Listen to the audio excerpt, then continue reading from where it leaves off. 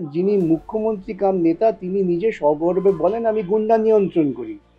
গুন্ডা নিয়ন্ত্রণকারী একজন যখন ক্ষমতায় বসেন তখন তিনি গুন্ডা ছাড়া কাউকে লালন পালন করতে পারেন না।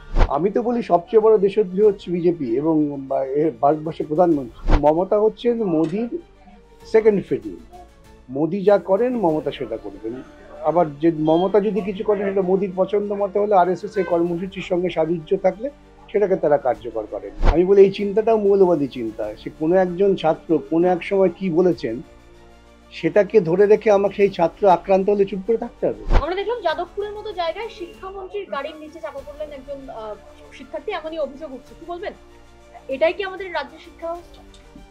দেখুন, গোটা দেশ জুড়ে মোদি সরকার ক্ষমতা আসার পর তাদের একটা নতুন এডুকেশন পলিসি, সেটার মূল লক্ষ্য হচ্ছে মুক্ত জ্ঞান বিজ্ঞান চর্চার কেন্দ্রগুলোকে ধীরে ধীরে নষ্ট করে দেওয়া এবং তারই লক্ষ্যমাত্রাকে সামনে রেখে ভারতবর্ষের বিভিন্ন প্রথিতযশা যে সমস্ত শিক্ষা প্রাঙ্গণ আছে, বিশ্ববিদ্যালয় বলুন, আইআইটি বলুন, আইআইএম, সেখানে জ্ঞান বিজ্ঞান মুক্ত চর্চার পরিবেশটাকে সুন্দরভাবে ধ্বংস করা হচ্ছে এবং যারা আন্দোলন করছেন সেই আন্দোলনকারীদের উপর আক্রমণ হচ্ছে। এটা একটা নতুন কালচার তৈরি করা হয়েছে মোদি রেজিমে এবং মমতা হচ্ছেন মোদির সেকেন্ড ফিডল। মোদি যা করেন মমতা সেটা করবেন। আবার যে মমতা যদি কিছু করেন সেটা মোদির পছন্দ মতো হলে আরএসএস এর কর্মসূচির সঙ্গে সাযুজ্য থাকলে সেটাকে তারা কার্যকর করেন।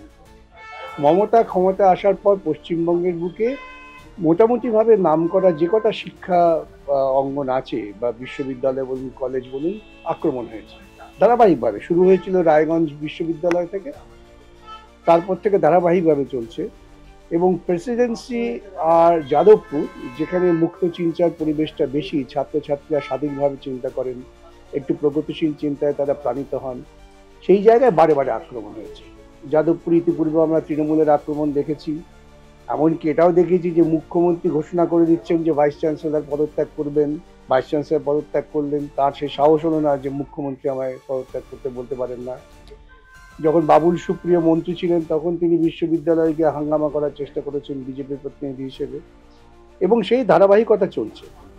এবং যখন সেখানে কর্মচারী সমিতির সমবায় নির্বাচন হলো, যে নির্বাচনটাকে তৃণমূল ঠেকাবার চেষ্টা করেছিল, আপ্রাণ ঠেকাতে পারল না এবং নির্বাচনের ফলাফল তৃণমূলের পক্ষে ভয়াবহ হয়েও, তখনই কিন্তু পরিকল্পনা তৈরি হয়েছে যাদবপুরকে আবার আক্রমণ করতে হবে, ফিজিক্যালি অ্যাটাক করা। এবং ব্রাত্য পরিকল্পনা করে সেখানে গিয়েছিলেন, তা না হলে ব্রাত্যর সঙ্গে তৃণমূলের পরিচিত, বলতে পারছি না, তৃণমূলের পরিচিত বহির এলাকার গুন্ডারা সঙ্গে গিয়েছিলেন। তাদের জামা অবশ্য ছাত্র পরিষদ বলে দাবি করেন এবং তারা গিয়ে হামলা করেছেন। ওদের বক্তব্য হচ্ছে ছাত্ররা ব্রাত্য বসুর গাড়িতে ঢিল টিল ছুঁড়েছে, ধাক্কাধাক্কি করেছে। আমি ধরে নিলাম যে ব্রাত্য বসুর গাড়িতে ছাত্ররা ঢিল টিল ছুঁড়ে ধাক্কা করেছে, যেটা বাঞ্ছনীয় নয় কিন্তু ছাত্র সুলভ। চিরকালই আমরা দেখেছি ছাত্ররা একটু এই ধরনের করে। কিন্তু ছাত্রদের কি দাবি ছিল? যে আমাদের বিশ্ববিদ্যালয়ে নির্বাচন হচ্ছে না, ছাত্র নির্বাচনটা হোক। ছাত্র নির্বাচনটা কারা চান না? যারা কর্তৃপক্ষের পারিতোষিক হিসেবে বিভিন্ন বেআইনি কাজকর্ম করেন, পয়সা উপার্জন করেন, যেমন তৃণমূল ছাত্র পরিষদ গোটা রাজ্য জুড়ে পয়সা উপায় করে ছাত্র ভর্তির সময়, তারা কখনো গণতান্ত্রিক প্রক্রিয়া চান না। তো তারা মিলে এই ঘটনাটা তৈরি করেছেন এবং ব্রাত্য বসুর গাড়ির তলায় যে দু তিনজন ছাত্র চাপা পড়েছেন, এটা ঘটনা। এটা ইচ্ছাকৃত কি অনিচ্ছাকৃত সেটা পরের কথা। বলা হচ্ছে, বিরোধীরা বারবারই বলছে যে ইন্দ্রানুজ, যিনি কিনা আক্রান্ত হয়েছেন বলে অভিযোগ, তিনি একসময় বলেছিলেন যে যাদবপুরের যে ক্যাম্পাস, সেই ক্যাম্পাস আমি এসএফআই মুক্ত করবো এবং পাশাপাশি দেখা গেছে তার ফেসবুক পোস্টে তিনি বুদ্ধদেব ভট্টাচার্যকে গালিগালাজ করেছেন, কুকুর বলে সম্বোধন করেছেন। সেখানে দাঁড়িয়ে কেন বামফ্রন্ট তাকে সাপোর্ট করছে? যারা এই প্রশ্নটা করছেন তারা কত বড় চক্রান্তকারী বুঝুন। আমি বলি এই চিন্তাটাও মৌলবাদী চিন্তা। সে কোনো একজন ছাত্র কোনো এক সময় কি বলেছেন সেটাকে ধরে রেখে আমাকে সেই ছাত্র আক্রান্ত হলে চুপ করে থাকতে হবে। যে কোনো সাধারণ বোধবুদ্ধি সম্পন্ন মানুষের উচিত, যখন এই রকম একটি ঘটনা ঘটেছে, আক্রান্ত হয়েছে ছাত্ররা, বিশ্ববিদ্যালয়ের ছাত্র, সে বাম বিরোধী কি বামের পক্ষে, এটা আমাদের কাছে বিচার্য নয়। আমাদের কাছে বিচার্য যে ছাত্র, তার উপরে মন্ত্রী এইরকম গাড়ি চালিয়ে দিয়েছেন। যারা ওইসব কথা বলছেন তারা কতটা মৌলবাদী চিন্তা, যে একবারে যখন ওটা হয়েছে ওই কুম্ভ মেলায় স্নান করলে পুণ্যি লাভ হয়, সেই চিন্তার প্রকাশের আর কিছুই না। আমরা বারবারই দেখছি মেদিনীপুর থেকে শুরু করে বিভিন্ন জায়গায় যে কলেজগুলোতে আজকে যে ছাত্রদের আন্দোলন চলছে, যে বিক্ষোভ চলছে, যে ধর্মঘট চলছে, সেখানে কিন্তু টিএমসিপির সঙ্গে বারবার এসএফআই এর সংঘর্ষের ছবি বিভিন্ন জায়গা থেকে উঠে আসছে এবং এসএফআই কিন্তু বারবারই বলছে যে টিএমসিপির গায়ে আমরা হাত তুলছি না, বহিরাগতরা হাত তুলছে।